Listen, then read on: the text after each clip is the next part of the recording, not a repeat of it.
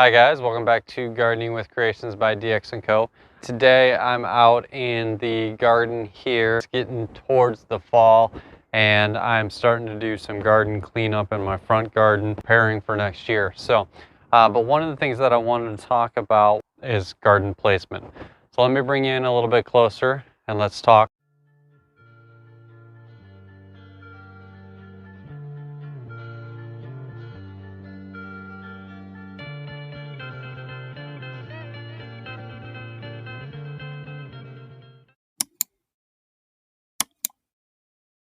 As you can see, this particular plant, pretty simple, right? It's just a tomato plant.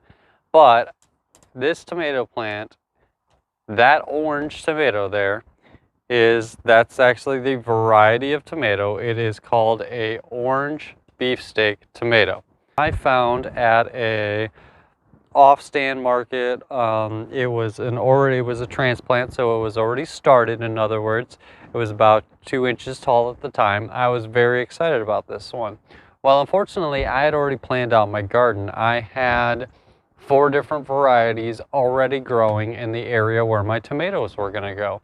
I hadn't quite gotten my beds established in the backyard like I wanted to. I realized that this particular area just on the side of my garden, where I generally would grow carrots or celery or something like that, a little bit more shady, not a ton of sun, right next to the Rose of Sharon, right up against the house, so it doesn't get a lot of sun. Well, I realized that this was an open spot, so I said, why not? We'll throw this tomato that I spent money on, this transplant.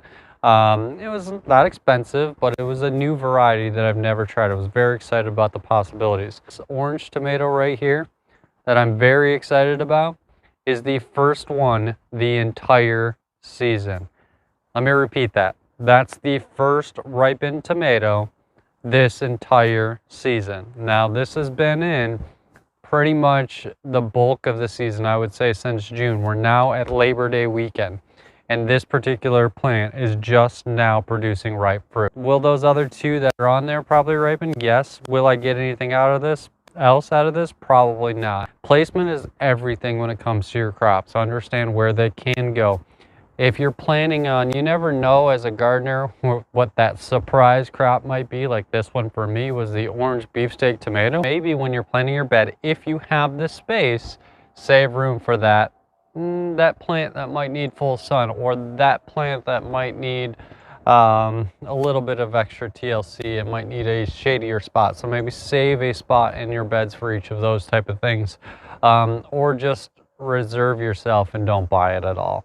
Maybe plan for it next season. But this was just one that I didn't want to pass up, and as you can see, really at the end of the day, it may have been a waste of money for me. 3 tomatoes, probably, unless I save the seeds from it, that is. Just wanted to discuss that with you guys, really making sure that you understand it. This thing could have thrived, could have done fantastic. Could I have transplanted it? Yes, but I was scared to put it in shock with all the different, we had very heavy high heat days, then we had very rainy season, then we had very heavy high heat and mugginess again. Transplanting this season was a terrible idea, and I would have killed the whole plant. So I thought it best just to leave it as is and go from there. So that's it, guys. I appreciate you guys watching. I hope you guys are staying safe and enjoying your gardens. Stumbled at the start line, I've done all that I can do, but I'll try again.